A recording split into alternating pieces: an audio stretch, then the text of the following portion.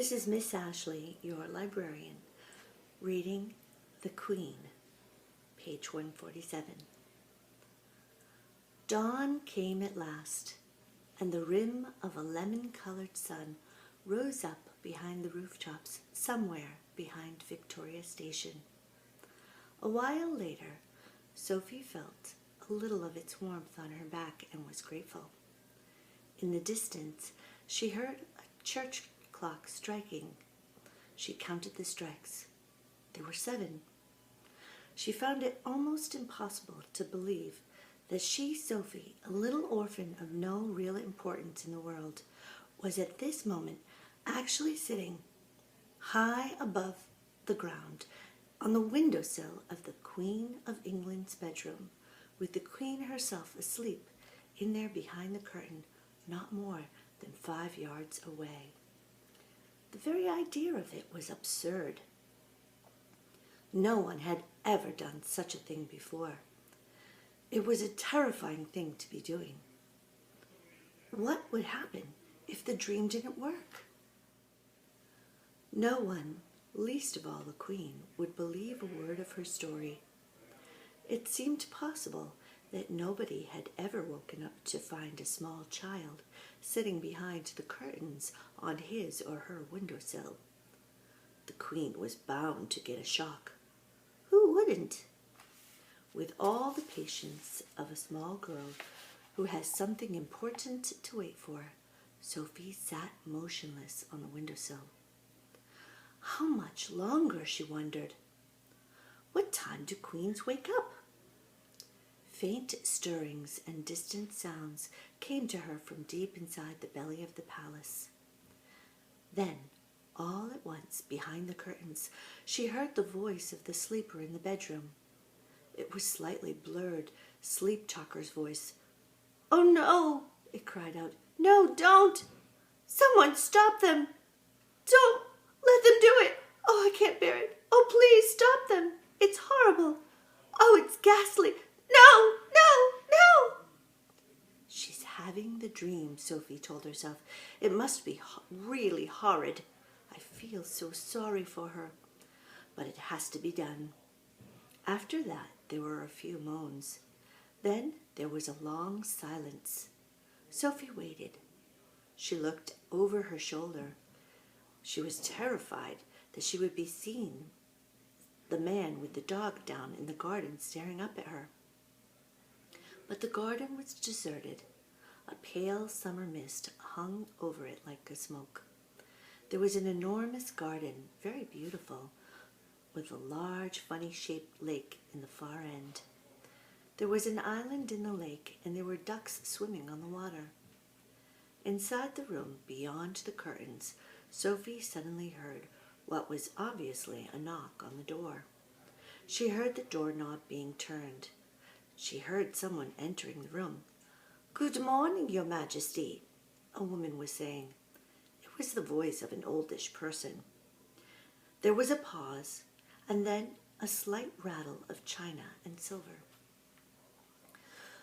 "Will you be having your tray in bed, ma'am, or on the table?"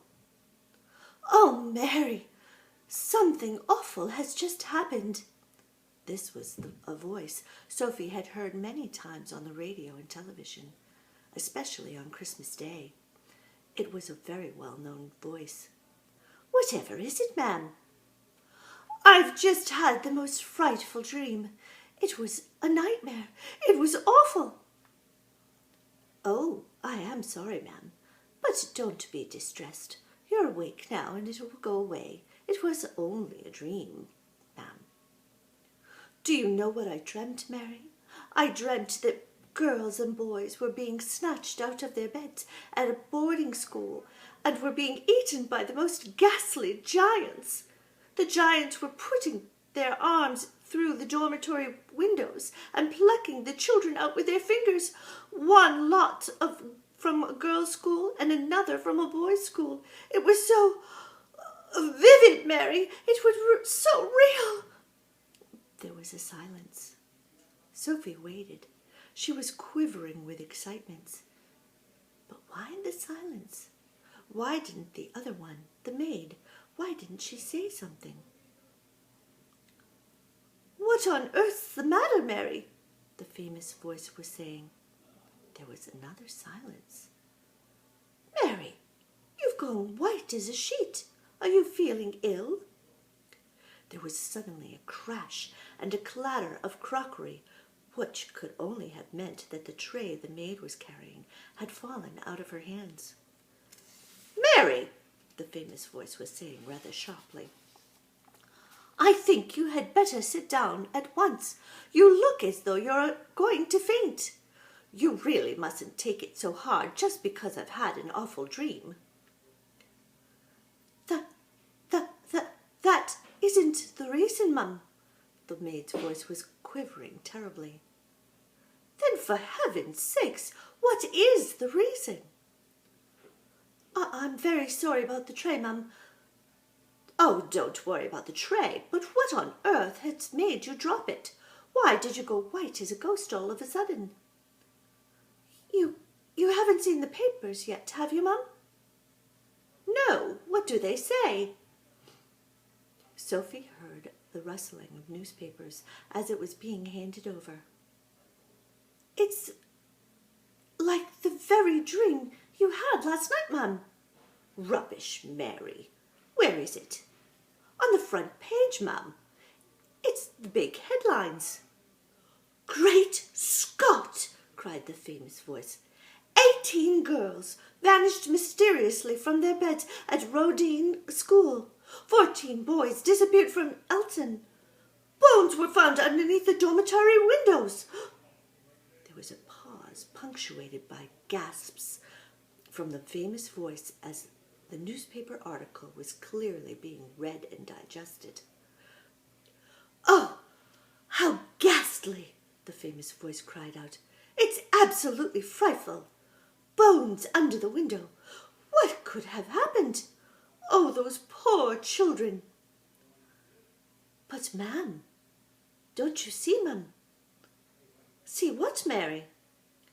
"Those children were taken away almost exactly as you dreamt it, ma'am." "Not by giants, Mary." "No, ma'am. But the bit about the girls and the boys disappearing from the dormitories, you dreamt it so clearly, and then it actually happened. That's why I came over all queer, mum." "I'm coming a bit all over queer myself, Mary." "It gives me the shakes, mum. When something like that happens, it really does." "I don't blame you, Mary." "I shall get you some more breakfast, mum. I'll have this mess all cleaned up." "No, Mary, don't go. Stay here a moment." Sophie wished she could see into the room, but she didn't dare touch the curtains. The famous voice began speaking again. "I really did dream about those children, Mary. It was clear as crystal. I don't know how giants got into it. That was rubbish. Shall I draw the curtains, Mum? Then we shall all feel better. It's a lovely day." "Please do." With a swish, the great curtains were pulled aside. The maid screamed. Sophie froze on the window ledge. The Queen, sitting up in her bed with the Times on her lap, glanced up sharply. Now it was her turn to freeze. She didn't scream as the maid had done. Queens are too self-controlled for that. She simply sat there staring wide-eyed and white-faced at the small girl who was perched on her windowsill in a nightie. Sophie was petrified. Curiously enough, the Queen looked petrified too. One would have expected her to look surprised, as you or I would have done if we discovered a small girl sitting on our windowsill first thing in the morning. But the Queen didn't look surprised. She looked genuinely frightened. The maid, a middle-aged woman with a funny cap on top of her head, was the first to recover. "What in the name of heaven do you think you're doing in here?" she shouted angrily at Sophie. Sophie looked beseechingly toward the Queen for help. The Queen was still staring at Sophie. Gaping at her would be more accurate. Her mouth was slightly open. Her eyes were round and wide as two saucers, and the whole of that famous, rather lovely face was filled with disbelief. "Now, listen here, young lady. How on earth did you get into this room?" the maid was shouting furiously. "I don't believe it," the Queen was murmuring. "I simply don't believe it." "I'll take her out, ma'am, at once," the maid was saying. "No, Mary, no, don't do that." The Queen spoke so sharply that the maid was quite taken aback. She turned and stared at the Queen. What on earth had come over her? It looked as though she was in a state of shock. When the Queen spoke again, it was in a strange, strangled sort of whisper. "Tell me, Mary," she said. "Tell me quite truthfully. Is there really a little girl sitting on my windowsill, or am I still dreaming?" "She is sitting there all right, mum, as clear as daylight, but heaven only knows how she got there. Your Majesty is certainly not dreaming in this time." "But that is exactly what I did dream," the Queen cried out. "I dreamt that as well. I dreamt there would be a little girl sitting on my windowsill in her nightie, and she would talk to me." The maid, with her hands clasped across her starched white bosom, was staring at her mistress with a look of absolute disbelief on her face. The situation was getting beyond her. She was lost. She had not been trained to cope with this kind of madness. "Are you real?" the Queen asked Sophie. "Yes, Your Majesty," Sophie murmured. "What is your name?" "Sophie, Your Majesty." "And how did you get upon my windowsill?" "No, don't answer that. Hang on a moment. I dreamt that part of it too. I dreamt that a giant put you there." "He did, Your Majesty," Sophie said. The maid gave a howl of anguish and clapped her hands over her face. "Control yourself, Mary," the Queen said sharply. Then to Sophie she said, "You are not serious about the giant, are you?" "Oh, yes, Your Majesty. He is out in the garden now." "Is he indeed?" the Queen said. The sheer absurdity of it all was helping her to regain her composure. "So he's in the garden, is he?" she said, smiling a little. "He's a good giant, Your Majesty," Sophie said. "You need not be frightened of him." "I'm delighted to hear it," said the Queen, still smiling. "He's my best friend, Your Majesty." "How nice," the Queen said. "He's a lovely giant, Your Majesty." "I'm quite sure he is," the Queen said. "But why have you and this giant come to see me?" "I think you have dreamed that part of it too, Your Majesty," Sophie said calmly. That pulled the Queen up short. It took the smile right off her face. "You did dream that, didn't you, Your Majesty?" Sophie said. The maid was out of it now. She just stood there goggling. "Yes," the Queen murmured. "Yes, now that you come to mention it, I did. But how do you know what I dreamed?" "Oh, that's a long story, Your Majesty," Sophie said. "Would you like me to call the big friendly giant?" The Queen looked at the child. The child looked straight back at the Queen, her face open and quite serious. The queen simply did not know what to make of it. Was someone pulling her leg, she wondered. Shall I call him for you? Sophie went on. You'll like him very much.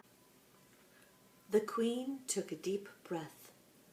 She was glad no one except her faithful old Mary was there to see what was going on. Very well, she said. You may call your giant. No, wait a moment. Mary, pull yourself together and give me my dressing gown and slippers. The maid did as she was told. The queen got out of bed and put on a pale pink dressing gown and slippers. You may call him now, the queen said. Sophie turned her head toward the garden and called out, BFG! Her Majesty the Queen would like to see you. The queen crossed over to the window and stood beside Sophie. Come down off that ledge, she said. You're going to fall backwards any moment. Sophie jumped down into the room and stood beside the queen at the open window. Mary, the maid, stood behind them. Her hands were now planted firmly on her hips, and there was a look on her face which seemed to say, I want no part of this fiasco. I don't see any giant, the queen said. Please wait, Sophie said.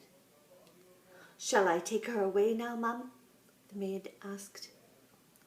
Take her downstairs and give her some breakfast, the queen said. Just then there was a rustle in the bushes behind the lake. Then out he came, 24 feet tall, wearing his black coat with the grace of a nobleman. Still carrying his long trumpet in one hand, he strode magnificently across the palace lawn toward the window. The maid screamed. The queen gasped. Sophie waved. The BFG took his time. He was very dignified in his approach. When he was close to the window, where the three of them were standing, he stopped and made a slow, graceful bow. His head, after he had straightened up again, was almost exactly level with the watchers at the window.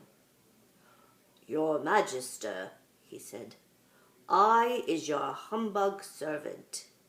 He bowed again.